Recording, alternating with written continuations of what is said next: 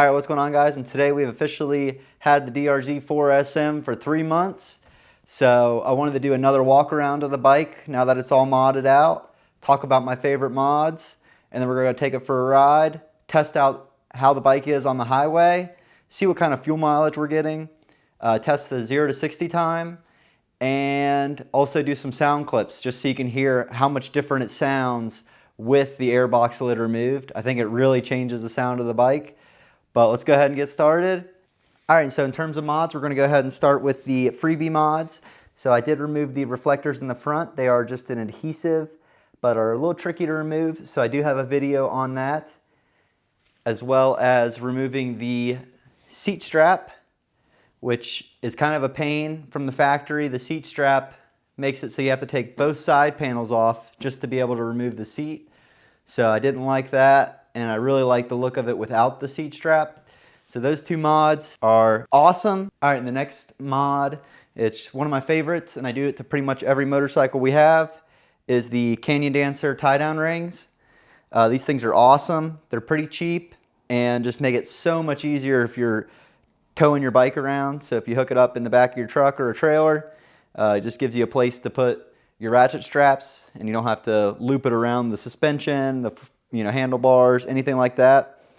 These are the bomb, and like I said, we pretty much use it on every bike that we have. All right, I figured I'd just go ahead and go through some of the mods based off of pricing. So we have the Ram phone mount. I have the handlebar clamp, so I can use it on multiple bikes, and the giant loop handlebar bag.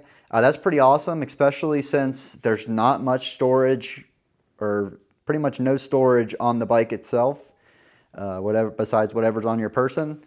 So I do like that, and it fits pretty nice. Then we do have the two-wheel DynoWorks ECU flashed, and that really transforms the bike, especially with the airbox lid removed and the snorkel removed, paired with the Yoshimura full exhaust. It sounds awesome, but we'll go to the exhaust last, since that's the most expensive mod. But speaking of Yoshi, we have the Yoshi Tail Tidy, or Fender Eliminator Kit. I really like the looks of it. It cleans up the rear end a lot. However, if you are looking to do some off-roading or have the 4S model, I would be more weary of the exposed wiring. It's not as protected as the factory setup, so just keep that in mind if you do have the 4S.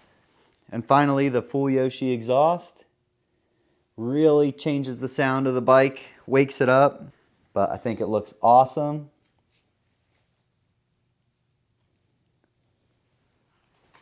And it's really high quality, which matches the bike. I've been really impressed with how the bike rides and performs. Finally, here's the other side of the bike.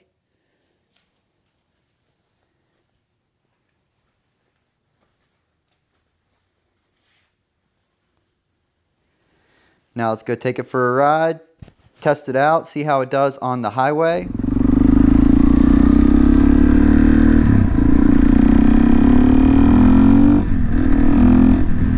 Alright, up first we're going to take it to the highway, see how the bike performs on the highway, since I've been asked a lot about it.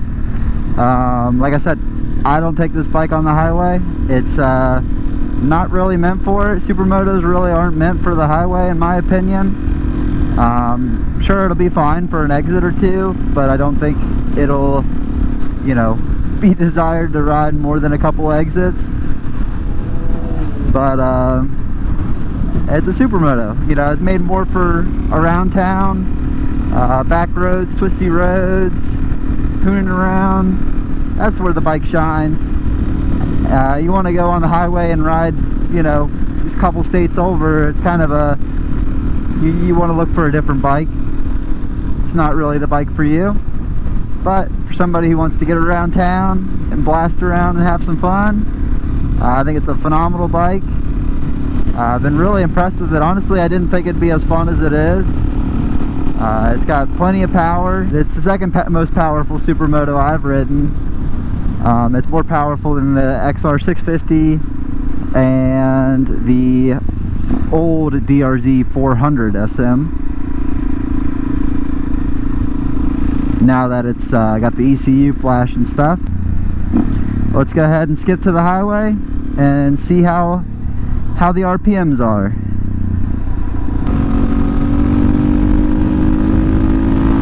Alright, let's see how she does.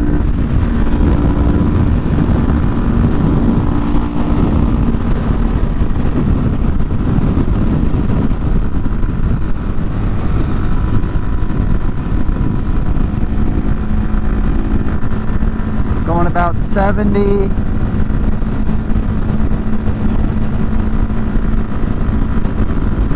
Gets us roughly 50 miles a gallon. Alright, so cruising around for a while.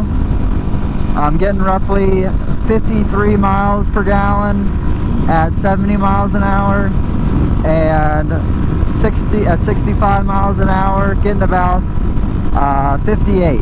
So definitely does drop in miles per gallon with the ECU flash, but honestly at 65 you're not revving the engine too high. 70, it's a little much, you know, but like I said, that's kind of the flow of traffic around here at least.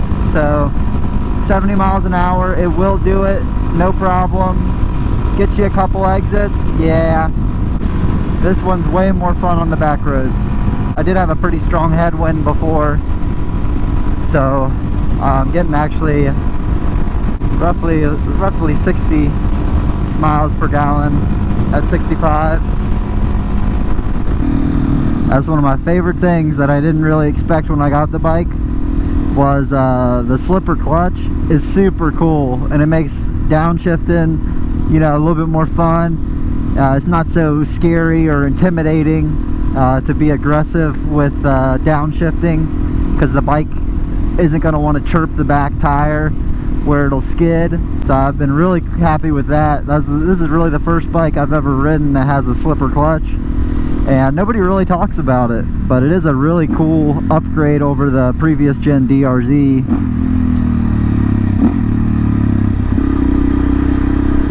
But love the downshifting. It sounds so snappy with the airbox lid removed, makes it way more fun. And just to get some sound in general, the bike is insanely quiet from the factory. So to get the pipe on there and the airbox lid removed, it really finally gives you some sound. Whee!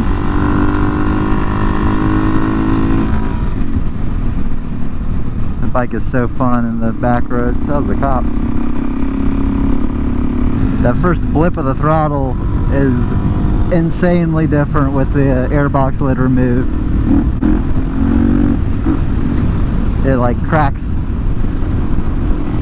open the throttle.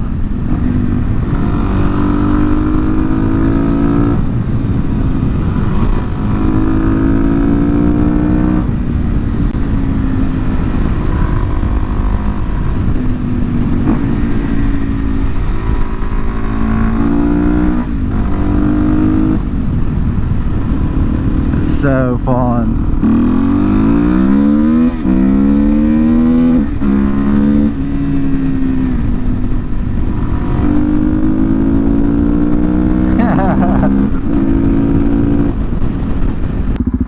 All right, 0 to 60.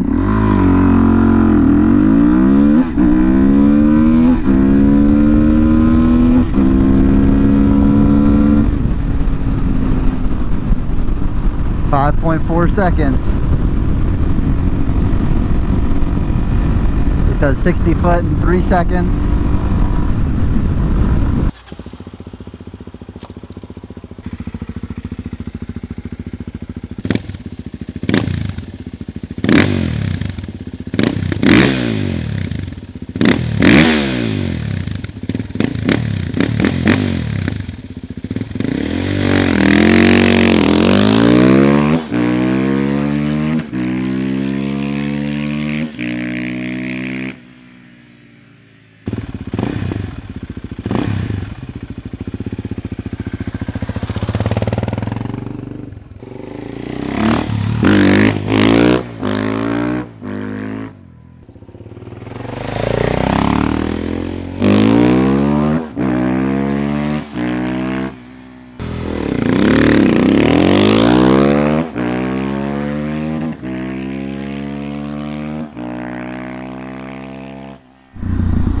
but it's a heck of a lot of fun.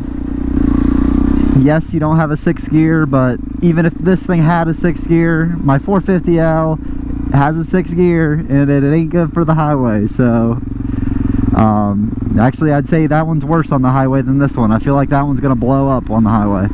So I wouldn't, yeah, supermotos are not great for the highway, but they're a great bike. It's my favorite style bike because they're so fun just around town, and that's the kind of riding I like to do. So appreciate you guys watching. Let me know what you guys think. If you have any questions, leave them in the comments below. But I appreciate you guys watching. Don't forget to subscribe, and we'll see you in the next one.